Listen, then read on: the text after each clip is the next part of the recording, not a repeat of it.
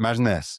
It's September 2004, and Nick Woodman is standing in a massive convention center in San Diego. He's 29 years old, and honestly, he looks a bit out of place. He's got these boxes of chunky plastic cameras that look like something straight out of a 90s infomercial. Nick has been living in his van for months. He's been selling shell necklaces on beaches to fund this wild idea that most people think is completely crazy. And here's the thing. Most people at this trade show are walking right past his booth. They're not even bothering to look in his direction. But then one day, a Japanese buyer stops. He picks up one of Nick's cameras, examines it, and says, "I'll take 100 of them." That first sale was worth $2,000, but it represented something so much bigger than money. It was validation that this surfer dude's weird obsession with strapping cameras to people's bodies might actually work. What Nick doesn't know in that moment is that he's about to create something that will fundamentally change how millions of people see and share their world. By the time GoPro goes public 10 years later, Nick is worth over $3 billion. $3 billion. The company that started with him selling shell necklaces from a Volkswagen van reaches a market cap of nearly $12 billion at its peak. But here's the interesting part. This wasn't Nick's first shot at entrepreneurship. He'd already failed spectacularly. Twice. His second company, Funbug, was so bad. It ended up on a website literally called fuckedcompany.com. Yes, you heard that right. Most people would have given up right there. But Nick, he takes that failure and turns it into fuel for something extraordinary. And that's exactly what you and I are going to dive into today. How a guy who was once featured on a website for failed companies built one of the most successful hardware businesses of the 21st century. Welcome to Inflection Moments. I'm David Franklin, and you and I are about to dive into something fascinating. You know that moment when everything changes for an entrepreneur? When one decision, one pivot, one breakthrough suddenly shifts their entire trajectory. That's what we're hunting for today. If you're building something, if you're that founder grinding it out, making those impossible decisions that keep you up at night, this episode is for you. Because today, we're going inside the mind of one of the most successful entrepreneurs in history to uncover the exact moments that transformed their journey from ordinary to extraordinary. Here's what we're doing. We're dissecting the 5 most pivotal inflection points in their career. But more importantly, we're uncovering the strategic thinking behind each decision, the kind of insight that separates the builders from the dreamers. Ready? Let's get started.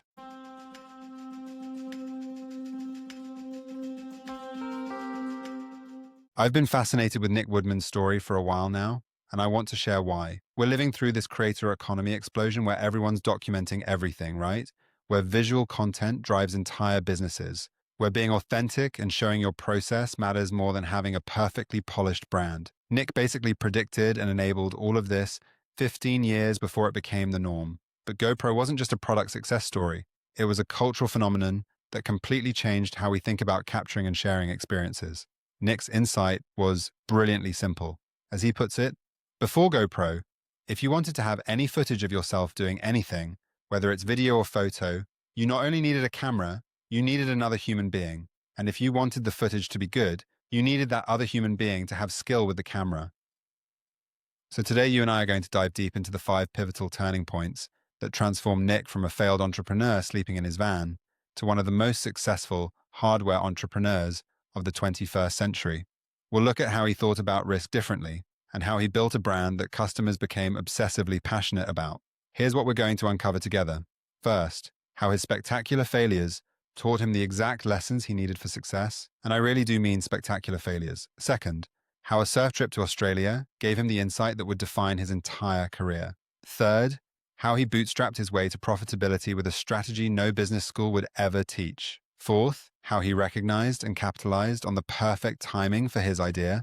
And finally, how he navigated the transition from scrappy startup to public company while nearly losing everything in the process. By the end of our conversation, you'll understand the common thread that runs through all these turning points. So let's start at the beginning. Let's talk about failure and why Nick's spectacular crashes were actually the best education he could have gotten.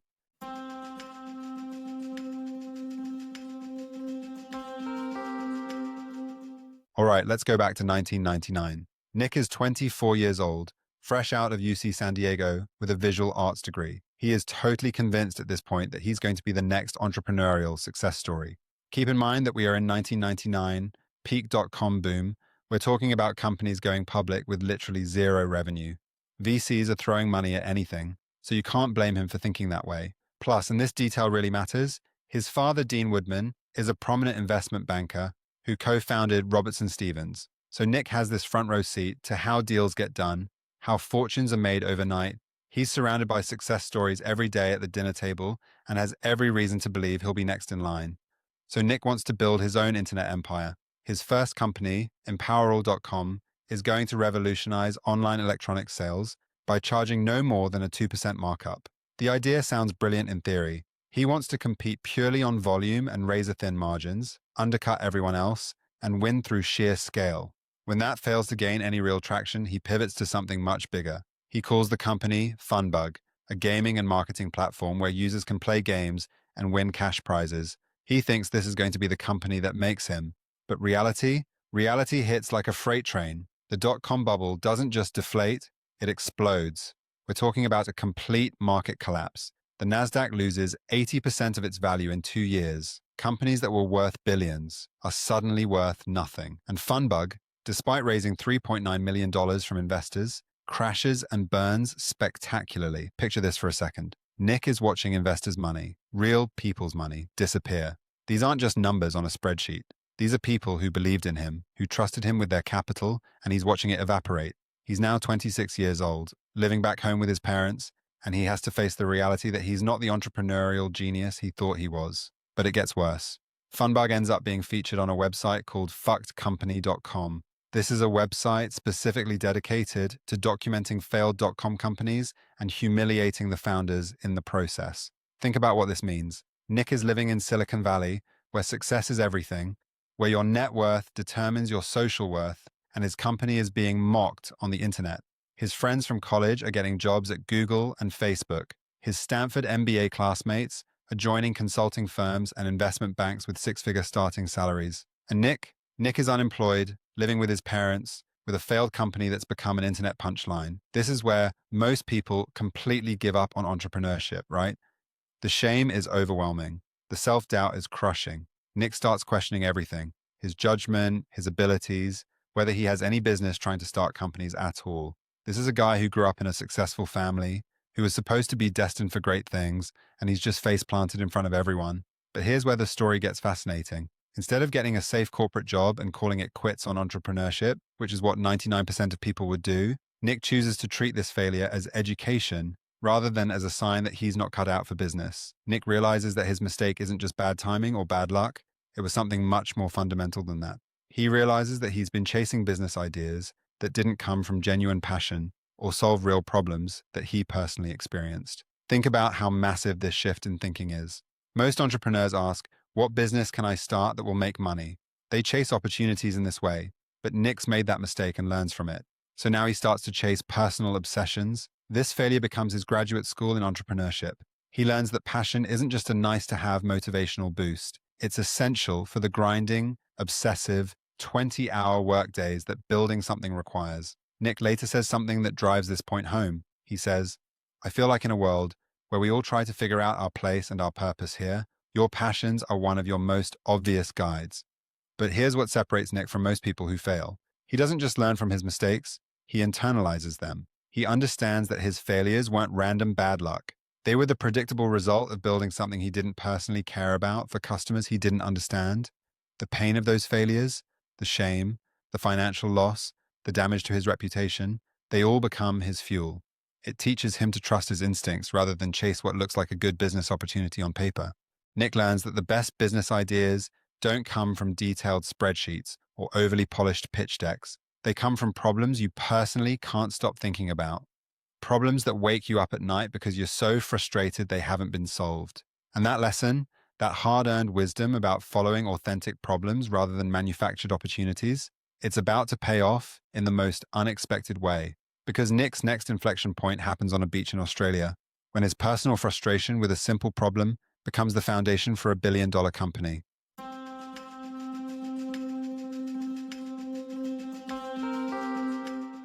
All right, inflection point number 2 now. It's 2002, and Nick is emotionally drained from the Funbug disaster. He's 26 years old, living back home with his parents, and feeling like his entrepreneurial dreams might be over. The shame is still fresh, the self-doubt is crushing, and he's facing this question that haunts every failed entrepreneur. Am I cut out for this, or should I just get a normal job? But instead of immediately jumping into another business venture or taking some corporate job to rebuild his credibility, Nick makes what seems like an escapist decision. He's going to take 5 months and surf the coast of Australia and Indonesia with his buddies. This isn't some luxury surf vacation, by the way. Nick and his friends are living out of a Toyota van, putting over 5,000 miles on the odometer, chasing perfect waves from the east coast to the south coast to the west coast of Australia. They're sleeping on beaches, cooking instant noodles, and basically living like surf bums for months. And honestly, Nick needs this. After the stress and humiliation of his business failures, he needs to remember what it feels like to be genuinely passionate about something. He needs to get back to activities that bring him pure joy, not activities driven by external validation or financial success. But there's this persistent frustration that keeps nagging at Nick throughout the trip.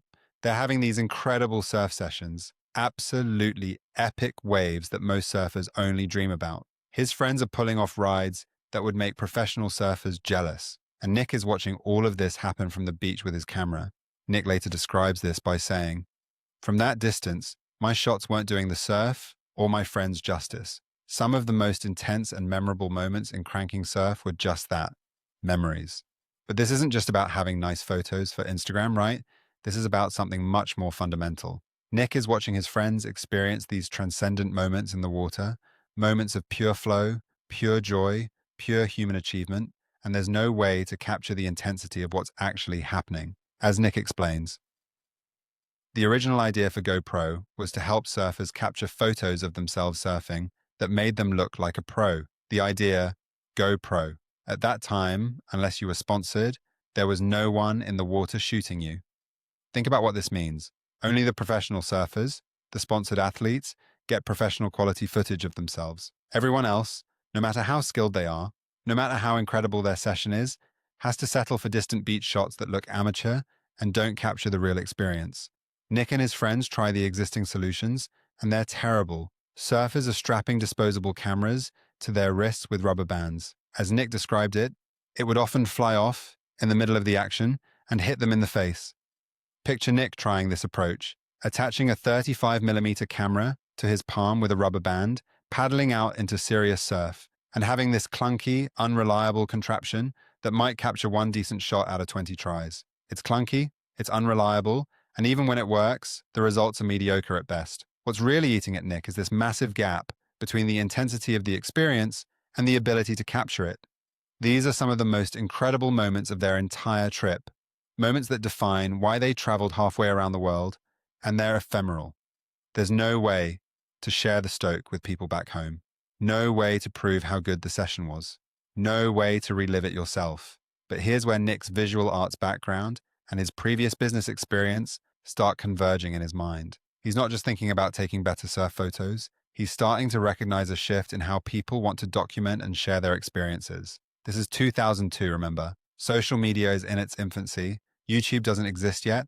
Digital cameras are still expensive and bulky, but Nick is starting to sense that people are going to want more authentic first-person documentation of their lives. Nick starts envisioning something completely different, not just a better way to attach existing cameras, but a system designed specifically for capturing action from the participant's perspective. His idea sounds simple now, but it was revolutionary back then. Develop a belt that would attach the camera securely to the body, but it's more than just a strap. He's envisioning a complete ecosystem: camera, waterproof housing, mounting solutions, all working together as an integrated system. There's this moment where everything clicks. He's sitting on a beach in Australia, watching his friends surf these perfect waves, frustrated by the limitations of existing technology, and suddenly he sees the future clearly. As he puts it, "That trip is what fired me up to come home and finally start GoPro, to create the invisible camera, a wearable camera so convenient that you forget you've got it on." But here's the crucial insight that defines everything that follows.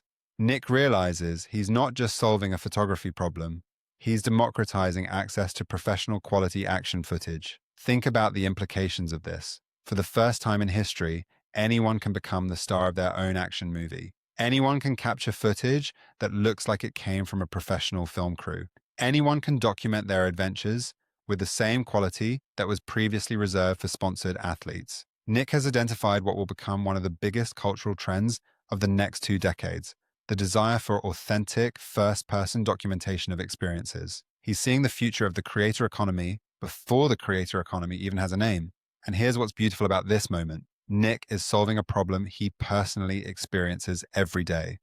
This is a frustration that's driving him crazy, and that's preventing him from capturing memories he desperately wants to preserve. When Nick comes back from Australia in late 2002, he's completely transformed. He's not the defeated, depressed, failed entrepreneur who left. He's energized, focused, and obsessed with a specific problem that he knows millions of other people share. This is the moment where all his hard-learned lessons from failure converge with a genuine market opportunity. He's following his passion, but it's passion grounded in solving a real problem. Nick has discovered something that will define the rest of his career. The most powerful business ideas don't come from analyzing markets or studying competitors.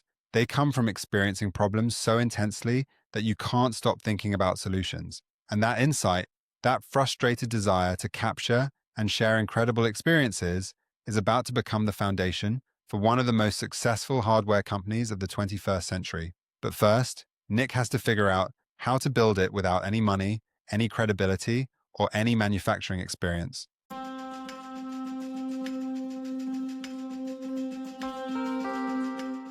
Nick comes back from Australia in late 2002, completely fired up with his big idea. But here's the brutal reality. He's broke and has zero credibility with investors after the Funbug disaster.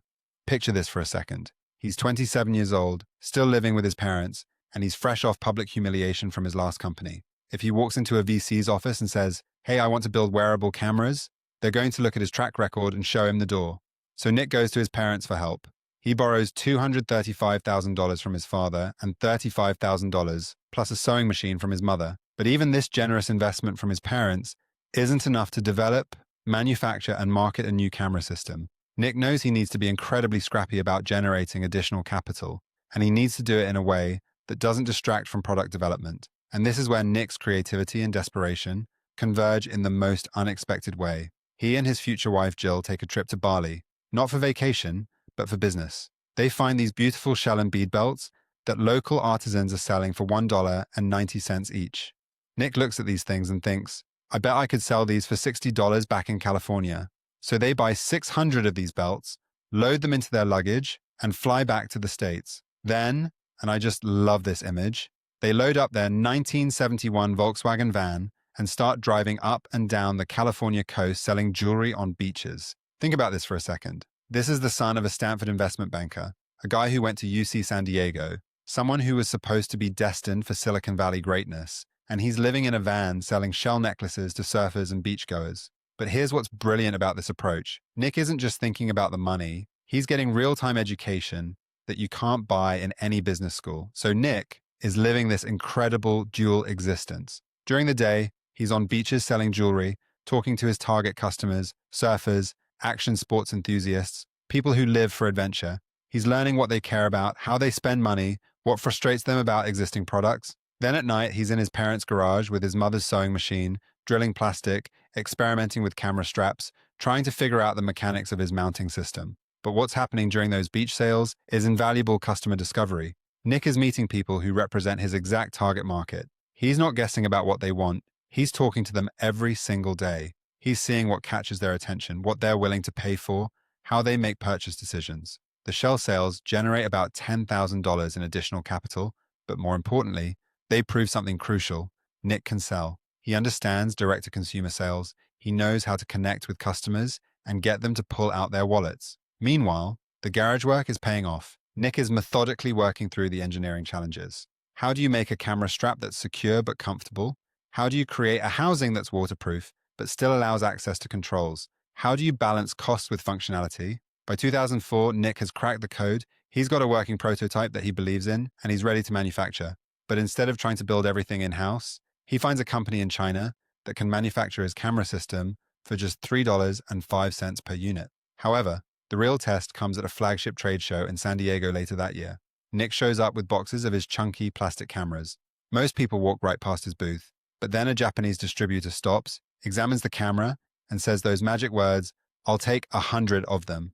That first year, 2004, GoPro does $150,000 in sales. Now, that might not sound like much, but think about what this represents.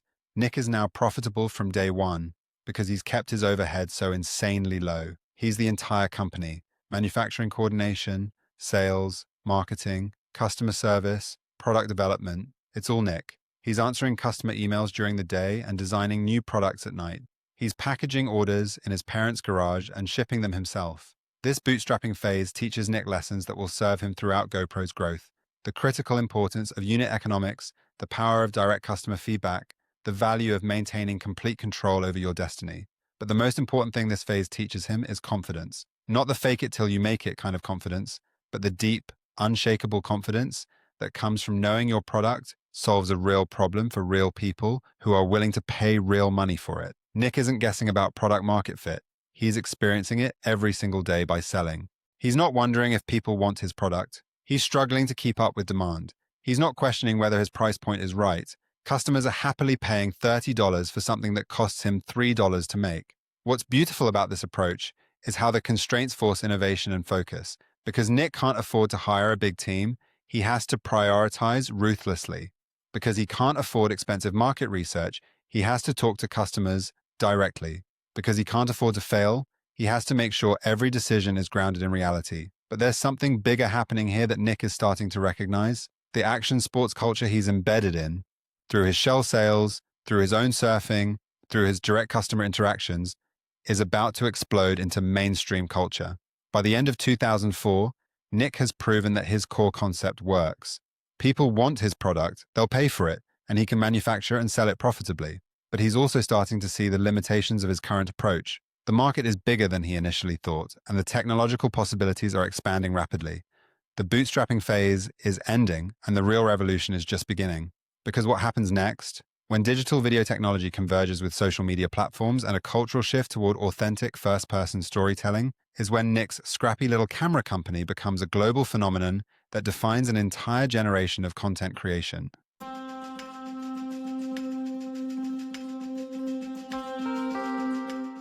It's 2006, and Nick is staring at what might be the most important decision of his entrepreneurial career.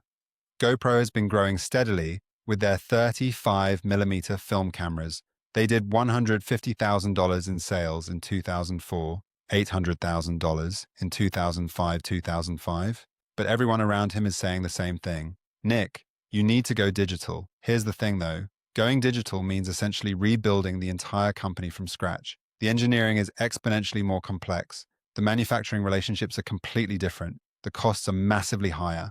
And if he gets it wrong, he could lose everything he's spent the last 4 years building. But while Nick is wrestling with this decision, something revolutionary is happening in the background. A little website called YouTube launches in 2005, and by 2006, it's becoming clear that video sharing is about to explode into something massive. Now, most people see YouTube as a nice platform where people share random videos, right? But Nick recognizes something much bigger happening. He sees a shift in how people want to create and consume content. This isn't just about watching videos. This is about everyone becoming their own filmmaker. As Nick later reflects, I realize we have got to stop being just a camera company. He's starting to envision something that most people don't see yet, a world where anyone can create compelling, professional quality content about their own adventures. But the engineering challenge is absolutely massive. Creating a small, rugged, waterproof digital camera that can shoot high-quality video requires completely different expertise than anything GoPro has done before. We're talking about image sensors, digital processing, battery management, data storage, all while maintaining the durability and ease of use that made the film cameras successful. And the financial stakes are enormous. Nick has been bootstrapping this thing profitably for years, but going digital requires significant upfront investment with no guarantee of return. One misstep could bankrupt the company.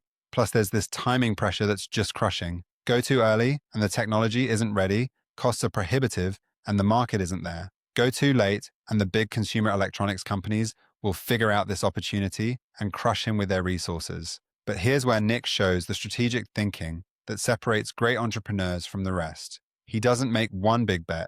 He makes a series of calculated moves that gradually build toward his vision.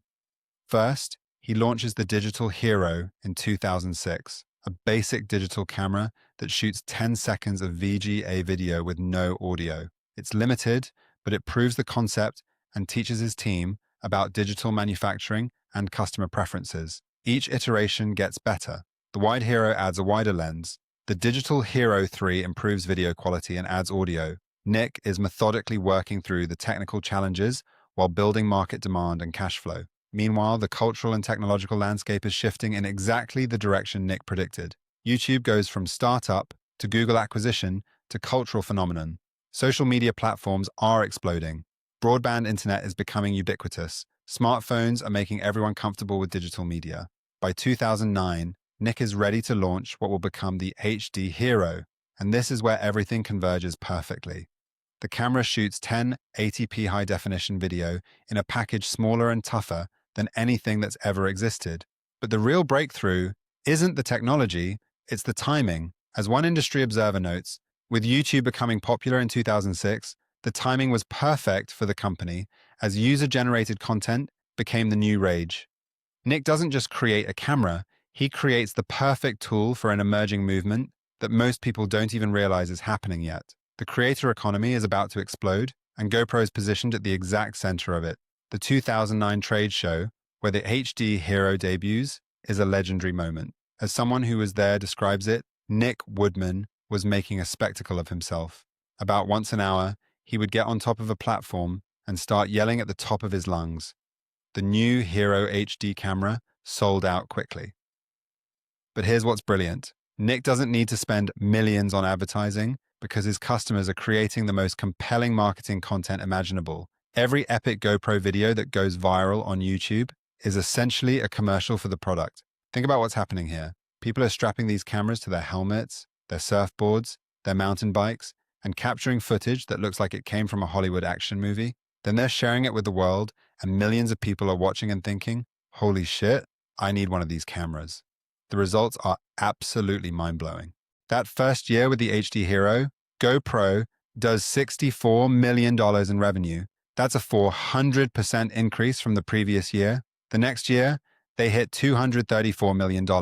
And by 2012, they're doing over $500 million in revenue and selling 2.3 million cameras. But the numbers only tell part of the story. What Nick has really accomplished is a cultural transformation. He's democratized professional quality action footage. He's enabled millions of people to become the directors of their own adventure movies. As Nick recalled about using the HD Hero prototype for the first time, the footage was so compelling and of such high quality that I knew people would want to share it. What's remarkable about this moment is that Nick identified and capitalized on not just one trend, but a perfect storm of multiple massive trends converging simultaneously. The democratization of video creation, the rise of social sharing platforms, the growing popularity of action sports and adventure travel, and the cultural shift toward authentic, first-person storytelling. Nick saw this convergence before almost anyone else in the industry. While traditional camera companies were focused on image quality and professional features, Nick was focused on enabling a completely new form of self-expression. And here's what makes this inflection point so powerful. It creates a self-reinforcing ecosystem. Every viral GoPro video inspires more people to buy cameras. Every new customer becomes a potential content creator. Every piece of content demonstrates new use cases and expands the perceived value of the product. Nick has built something that's incredibly difficult for competitors to replicate.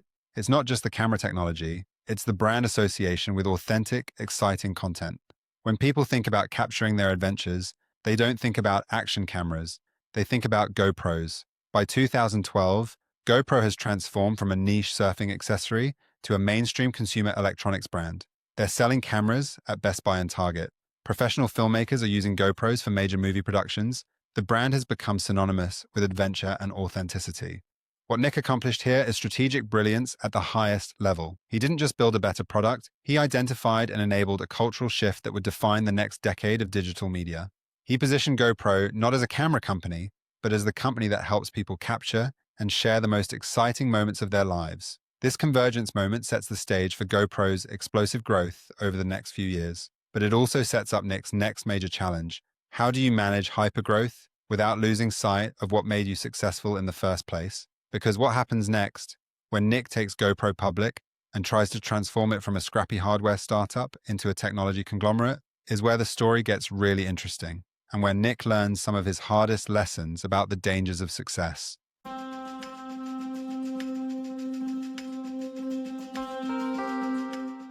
By 2014, Nick Woodman is living a dream that's almost too surreal to believe. GoPro is doing nearly $1 billion in annual revenue. Nick is on the cover of Forbes, and people are hailing him as the next Steve Jobs. The business press is writing breathless profiles about his transformation from van-dwelling shell necklace salesman to billionaire tech visionary. The company is preparing to go public, and the pre-IPO buzz is absolutely insane. Investment bankers are whispering valuations of $3 billion, maybe more. On June 26, 2014, GoPro goes public at $24 per share. By the end of the first day of trading, it's up to $31, a 30% pop that has everyone convinced this is just the beginning. And they're right about it being just the beginning, but not in the way anyone expects. By October 2014, the stock hits $98.47 per share. The company is valued at nearly $12 billion, and Nick's personal net worth explodes to over $3 billion. Think about that for a second. This is a guy who was featured on fuckedcompany.com 12 years earlier, and now he's worth more than some small country's GDP. But here's where the story gets really interesting and really human. Success at this level does something to your brain. When you're the darling of Wall Street and Silicon Valley, when every business journalist wants to interview you, when your every strategic decision is being hailed as genius, it becomes incredibly easy to start believing your own hype. In Nick's own words, "At the time we were so successful, so popular, growing so quickly that many, ourselves included, believed that we could be successful at anything that we wanted to go do." So at this point, Nick's ambitions become massive. He doesn't want GoPro to just be a camera company anymore. He wants it to be the next great media and tech company. The plan is highly ambitious. GoPro will become a media company, creating original content that rivals Netflix and Discovery Channel. They'll launch drones that will dominate the consumer UAV market. They'll build a complete 360-degree camera ecosystem. They'll expand into every adjacent category where their brand might have relevance. In 2016, GoPro launches the Karma drone, and Nick positions this as a major growth driver that will transform the company. The drone market is exploding, and Nick believes GoPro's brand and customer relationships give them a huge advantage. But things start going wrong almost immediately. The Karma drone has serious technical problems. Units are literally falling out of the sky due to power failures. GoPro has to issue a complete recall just weeks after launch, pulling 2,500 units from the market. The whole thing becomes a public relations disaster. Meanwhile, the core camera business is starting to show strain. Nick has approved too many different camera models, confusing customers who can't figure out which GoPro to buy. Revenue growth is slowing. More importantly, the competitive landscape is shifting in ways that threaten GoPro's dominance. Smartphones are getting dramatically better cameras. The iPhone 7 Plus launches in 2016 with image stabilization that rivals professional equipment. Other companies like Xiaomi and Garmin are launching competing action cameras at much lower prices. And DJI is dominating the drone market that GoPro thought would be their next big opportunity. Suddenly, the market that seemed infinite feels much more constrained. GoPro isn't just competing with other action camera companies anymore. They're competing with the phone in everyone's pocket, which is getting better at shooting video every single year. The stock market starts to realize what Nick is slowly coming to terms with. GoPro has massive problems. The stock price begins its brutal descent. From that peak of $98 in late 2014, it drops to $60 by the end of 2015, then $20 by the end of 2016. By early 2018, it's trading under $10. Nick watches his personal net worth evaporate. He goes from being worth over $3 billion to seeing 80% of his wealth disappear on paper. The man who was supposed to be the next Steve Jobs is now being written off as a one-trick pony who got lucky during the action camera fad, and the business press that once fawned over him turns vicious. The same journalists who called him a visionary are now dissecting every strategic mistake and questioning whether he has what it takes to run a public company. This is the moment where Nick's earlier education and failure becomes absolutely crucial. He could panic, he could blame the market or competitors, or unlucky timing. Instead, he shows incredible maturity and self-awareness. He takes responsibility and starts making the hard decisions that need to be made. Nick talks about this. He says, "We were trying a lot of new things. Just because you're successful in one area doesn't mean it necessarily translates to success in another. Here's an analogy. Just because you're an all-star pitcher doesn't necessarily mean you can go and play quarterback." Nick makes what might be the hardest decision of his career. He exits the drone business entirely. Hundreds of employees get laid off. Entire product lines get cancelled. The company that was supposed to be expanding into every imaginable category suddenly contracts back to its core. But here's where Nick's authentic connection to GoPro's mission becomes his saving grace. Instead of trying to be everything to everyone, he refocuses obsessively on what GoPro does better than anyone else in the world, making cameras that let people capture incredible footage of themselves doing things they love. The recovery isn't glamorous or fast. GoPro launches new cameras with better image stabilization, improved battery life, and more intuitive controls. They create GoPro Plus, a subscription service that automatically uploads and organizes footage. They rebuild their mobile app and editing tools to make it easier for customers to create and share content. Most importantly, Nick reconnects with GoPro's core customer base.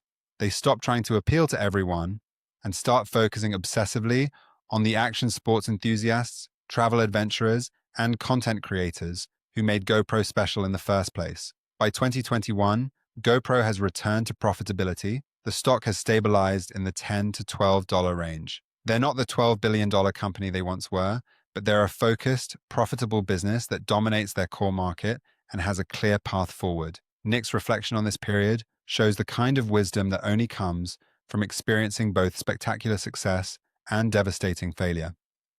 I've gone through every human emotion, but even in the toughest times, I would ask myself, is our work meaningful and is our work appreciated? And the answer has always been yes. We just need to adjust our approach. This inflection point teaches maybe the most important lesson of Nick's entire journey. Success can be more dangerous than failure because it can make you forget what made you successful in the first place. When you're riding high, when everyone is telling you you're a genius, it becomes incredibly easy to start believing that your success was inevitable rather than the result of obsessive focus on solving a specific problem for specific customers. Nick learned that sustainable businesses aren't built by chasing every possible opportunity. They're built by doing one thing better than anyone else and continuously improving at that one thing. GoPro succeeded when they were laser-focused on making the best action cameras in the world. They struggled when they tried to be a media company, a drone company, and a camera company simultaneously. But perhaps most importantly, this period taught Nick about resilience at a completely different level. It's one thing to bounce back from failure when you're young and have nothing to lose. It's another thing entirely to rebuild when you've experienced incredible success, lost most of it publicly, and have to prove yourself all over again while the world is watching and many people are rooting for you to fail. And that resilience, that ability to stay focused on what matters when everything else is chaos, that's what we need to unpack as we look at the common threads running through Nick's entire journey. Because these aren't just interesting stories, they're a blueprint for how to think about building something that lasts.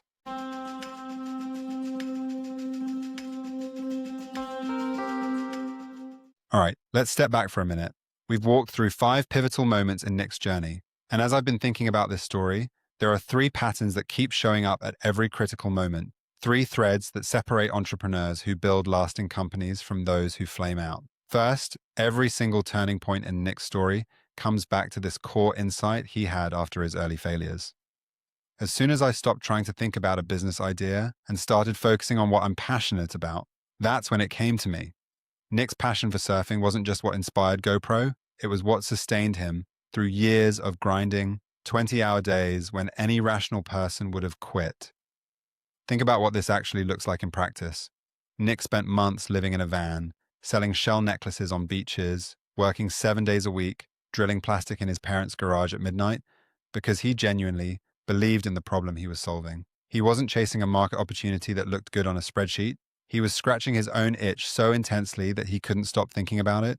But here's the crucial nuance that most people miss. It's not just about following your passion. It's about finding that sweet spot where what you're obsessed with intersects with what creates genuine value for other people. Nick's breakthrough wasn't just that he loved surfing, it was that he identified a problem, the inability to capture first-person action footage that millions of other people shared, but no one else was solving effectively. Second, every successful turning point in Nick's story shows this incredible ability to see around corners, to identify where technology, culture, and customer behavior were heading before it became obvious to everyone else. When he launched the HD Hero in 2009, YouTube was exploding, social sharing was becoming mainstream, people were getting comfortable with creating and consuming video content, and there was this growing hunger for more authentic first-person storytelling. But here's what's remarkable. Nick wasn't just riding these trends, He was anticipating them. Nobody knew they wanted a wearable action camera until GoPro showed them what was possible. As he put it, before GoPro, most people never had any footage of themselves doing anything. The entrepreneurs who build category-defining companies don't wait for customers to come to them asking for specific solutions. They see a future that doesn't exist yet and build toward it.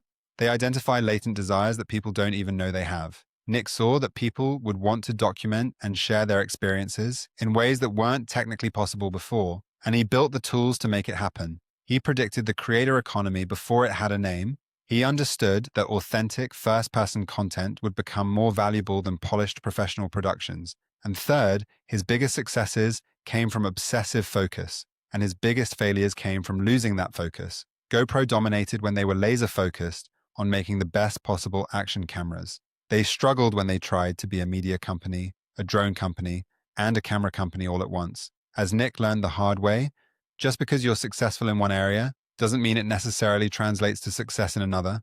When GoPro refocused on their core strengths after the post-IPO struggles, when they stopped chasing every possible opportunity and went back to obsessively serving action sports enthusiasts and content creators, they returned to profitability.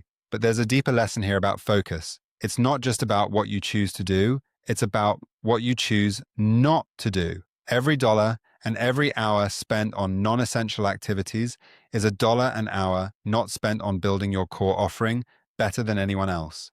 Nick's shell-selling phase taught him something profound. When you have limited resources, you have to prioritize ruthlessly. You can't afford to get distracted by opportunities that look good, but don't directly serve your mission. Nick succeeded when he was building something he genuinely believed in, for customers he genuinely understood, in a way that played to his genuine strengths. When you're building something you're genuinely passionate about, you have advantages that can't be replicated. You understand the problem more deeply than anyone who's just doing market research. You're willing to work harder and longer because you actually care about the outcome. You make better product decisions because you're also the customer. Building something meaningful is brutal. There will be months or years where nothing seems to work, where everyone tells you to quit, where the rational choice is to give up. The only thing that gets you through those periods is genuine belief in what you're building. And this matters more now than ever. We're in this moment where everyone's trying to optimize for growth hacks and viral marketing and the latest algorithm change. But Nick's story suggests that the entrepreneurs who build lasting value are the ones who find their core insight and then execute it better than anyone else, year after year after year. They're the ones who have the discipline to say no to opportunities that would distract from their mission, even when those opportunities look lucrative or exciting. They understand that being really, really good at one thing is more valuable than being pretty good at many things. They're obsessed with understanding their customers' problems more deeply than anyone else, not because they read it in a business book, but because they share those problems personally. Because here's what Nick's story really teaches us. The biggest business opportunities often come from problems that are hiding in plain sight. Everyone knew that capturing good action footage was difficult, but everyone also assumed it was just the nature of the situation. Nick refused to accept that assumption. He said, "What if it didn't have to be this way?" And that question, that refusal to accept the status quo, is where real innovation begins. The entrepreneurs who change the world aren't the ones with the most advanced technology or the biggest marketing budgets. They're the ones who see problems that everyone else has gotten used to living with, and they refuse to accept that those problems are permanent.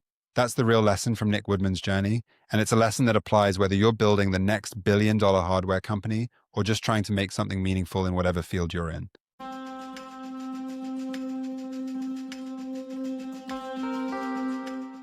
You know, I keep coming back to that image of Nick at the 2004 trade show. This guy was living in a van selling shell necklaces, standing next to boxes of these chunky plastic cameras, and most people just walking right past his booth. But that Japanese distributor who stopped and said, "I'll take 100 of them," he wasn't just buying cameras, he was validating something much bigger, that there was this massive, untapped desire for people to document themselves doing things they loved. And that's what keeps fascinating me about Nick's entire journey. He didn't build a billion-dollar company by inventing revolutionary technology or by having some complex business model. He did it by staying obsessively focused on a very simple insight. People want to capture and share the most exciting moments of their lives, but existing tools make that really difficult to do well. Everything else, the engineering, the manufacturing, the marketing, the viral videos, the IPO, All of that flowed from that one core understanding of what his customers desperately wanted but couldn't get anywhere else. And here's what really validates this approach. When GoPro struggled after the IPO, it wasn't because Nick's original insight was wrong. It was because they temporarily lost sight of it. They started chasing market opportunities that looked good on paper instead of obsessively serving the customers who made them successful in the first place. There's something really powerful about that approach in our current moment. We're constantly being told to pivot, to be agile, to chase whatever algorithm change or platform shift is happening this week. But Nick's story suggests that the entrepreneurs who build lasting value are the ones who find their core insight and then execute it better than anyone else, year after year after year. And honestly, that's what I find most inspiring about Nick's journey. He wasn't trying to change the world when he started. He just wanted better footage of his surf sessions. But by refusing to settle for the existing options, by obsessing over that one problem until he solved it better than anyone else, he ended up enabling millions of people to capture and share the most exciting moments of their lives. I'd love to hear from you about this. Drop me a message and tell me about a turning point in your own journey where focusing on a problem you personally experienced led to something bigger than you expected.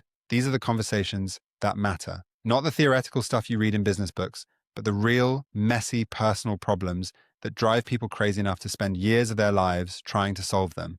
Because these are the stories we all need to hear more of. Not the overnight success fairy tales, but the real journeys of people who failed spectacularly, learned from it, and then built something meaningful by staying obsessively focused on problems they genuinely cared about solving. Nick's story reminds us that you don't need to have the perfect background or the best timing or access to unlimited capital to build something extraordinary. You just need to find a problem you can't stop thinking about and then refuse to give up until you've solved it better than anyone else. That's the work that matters. That's the work that lasts. And that's the work that just might change more than you ever imagined when you started. Thank you for joining us on Inflection Moments. If today's story sparked a new perspective or challenged your thinking, be sure to share it with someone you know loves this stuff as much as you and I do. Maybe it's a college buddy, your water cooler buddy, or maybe even someone in the family group chat. If you enjoyed this deep dive, make sure to leave a 5-star review and subscribe to our channels so you can be the first one to hear what we've got coming next. And if you're interested in insights, ideas, and lessons from some of the world's greatest entrepreneurs, sign up for our newsletter. The link is in the show notes. Until next time, keep building and talk soon.